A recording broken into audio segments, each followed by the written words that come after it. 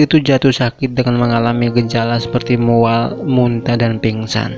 Waktu itu Rosmini tidak bersekolah karena sekolah di Indonesia terpaksa ditutup karena pandemi COVID-19. Melihat keadaan kesehatan Rosmini yang semakin memburuk, keluarganya pada saat itu merasa risau. Mereka meyakini bahwa Rosmini kemungkinan besar telah menjadi mangsa sihir. Kemudian Rosmini pun dibawa ke keluarganya untuk pergi berobat ke dukun. Melalui gambaran diberikan dukun, individu yang dipercayai telah menyihir Rosmini merupakan sepupu lelakinya sendiri, yaitu bernama Usman.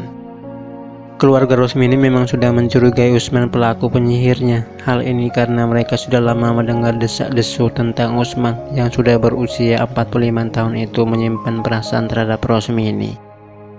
Pada tanggal 9 Mei 2020, Usman pergi melewat ke rumah keluarga Darwis selepas mendapat berita tentang Rosmini yang kurang sehat. Walau bagaimanapun juga kedatangan Usman pada waktu itu ternyata mengundang kemarahan keluarga Rosmini. Maka kemudian Usman pun ditahan sebelum dipaksa untuk mengaku mengenai sihir yang dia lakukan terhadap Rosmini itu. Situasi pada saat itu menjadi semakin tegang apabila Usman membuat penafiran tentang perkara tersebut. Usman berkata bahwa sakit yang diderita Rosmini bukan dia yang melakukannya. Suasana semakin tegang di keluarga itu. Pertengkaran antara mulut ke mulut semakin menjadi-jadi. Akhirnya Rosmini membuka mulut dan menceritakan apa yang dia derita sebenarnya. Dari cerita Rosmini, sakit yang dialami bukanlah disebabkan sihir dari Usman, akan tetapi dia menceritakan bahwa dia mengalami kehamilan, dan kehamilan itu dilakukan yang tidak lain adalah Usman itu sendiri. Mendengar pengakuan dari Rosmini sangat mengejutkan keluarga Rosmini, apalagi Usman merupakan saudara sepupunya Rosmini sendiri. Usman adalah individu yang bertanggung jawab menghamili Rosmini. Rupa-rupanya selama ini Usman dan Rosmini telah menjalani hubungan percintaan tanpa pengetahuan keluarga masing-masing. Sulit untuk keluarga Rosmini menerima kenyataan itu, apalagi status Usman yang sudah memiliki istri juga. Rentetan pengakuan mengejutkan daripada Rosmini. Keluarganya telah meminta Usman supaya bertanggung jawab sepenuhnya, maka Usman disuruh untuk mengawini Rosmini dengan segera. Jawaban yang diberikan Usman menunjukkan dia seolah-olah serba salah untuk berkawin dengan Rosmini. Melihat reaksi Usman sedemikian rupa, keluarga Rosmini terus mengamuk, terutama dua orang abang kandungnya yang bernama Rahman dan Supriyanto. Mereka berdua kemudian marah dan bertindak untuk memukuli Usman. Meskipun telinga Usman cedera karena terkena hibasan parang, Usman kemudian melarikan diri. Rahman yang sudah seakan dirasuki iblis seterusnya melepaskan kemarahannya terhadap seorang penunggang motor di jalan raya dikenali sebagai Enal. Diayungkan parang ke leher Enal, akan tetapi meleset. Diayungkan lagi parangnya ke arah Enal, tapi untung saja hanya kepala dan jarinya saja yang cedera sedikit. Enal kemudian lari dengan sepeda motornya tersebut. Tak lama selepas itu, seorang lagi pemuda bernama Irfan yang kebetulan melalui depan kawasan rumah keluarga Rosmini.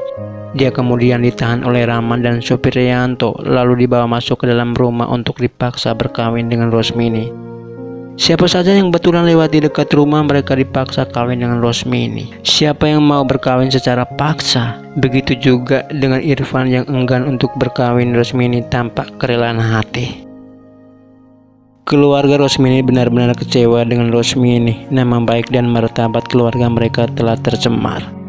Mereka semua termasuk Rosmini pun berkumpul dalam sebuah bilik yang terletak di bagian belakang rumah. Di situ mereka saling berkompromi satu sama lain karena Rosmini sudah membuat keluarga mereka malu. Rahman dan Supriyanto yang tidak lain adalah kakak Rosmini itu sendiri bertanya kepada kepala keluarga yaitu Darwis selaku ayah mereka. "Bagaimana kalau kita habisi saja Rosmini ini?" tanya Supriyanto dan Rahman. Darwis atau ayah dari anak-anak itu selaku kepala keluarga di situ kemudian memberikan persetujuan untuk melakukan pembunuhan terhadap Rosmini yang sudah memalukan keluarga mereka itu. Rosmini hanya mampu pasrah dan meneteskan air mata. Rosmini disuruh untuk berbaring ke atas lantai. Rahman dan Supriyanto tidak layak bergelar sebagai abang apabila sanggup untuk membunuh Rosmini dengan cara begitu kejam. Bayangkan saja Rosmini telah dipukul dengan kayu sebelum lehernya dikelar dengan parang. Sebelum pembunuhan dilakukan, anggota keluarga Rosmini yang lain disuruh untuk memejamkan mata sambil berdoa. Dalam melakukan aksi kejamnya mereka, rupa-rupanya ada tetangga yang terdengar suara jeritan Rosmini sewaktu kejadian pembunuhan berlalu. Tetangga mereka itu pun merasa curiga dan mengetahui hal keji itu, kemudian melaporkan kepada pihak kepolisian. Pihak kepolisi pun segera tiba di TKP dan langsung melakukan serbuan ke rumah keluarga Rosmini. Perkara inilah yang menyebabkan Haraman dan Supriyanto semakin marah dan mereka seperti kerasukan setan. Kedua-duanya mereka termasuk anggota keluarga Rosmini yang lain enggan untuk keluar rumah dan mengunci pintu dari dalam. Pihak polisi serta tentara juga datang, akhirnya terpaksa menggunakan cara kekerasan setelah usaha untuk membujuk Haraman dan Supriyanto tidak membuahkan hasil. Gas air mata telah dibaling masuk ke dalam rumah keluarga Rosmini. Akhirnya semua pun keluar. Akhirnya semua anggota keluarga Rosmini pun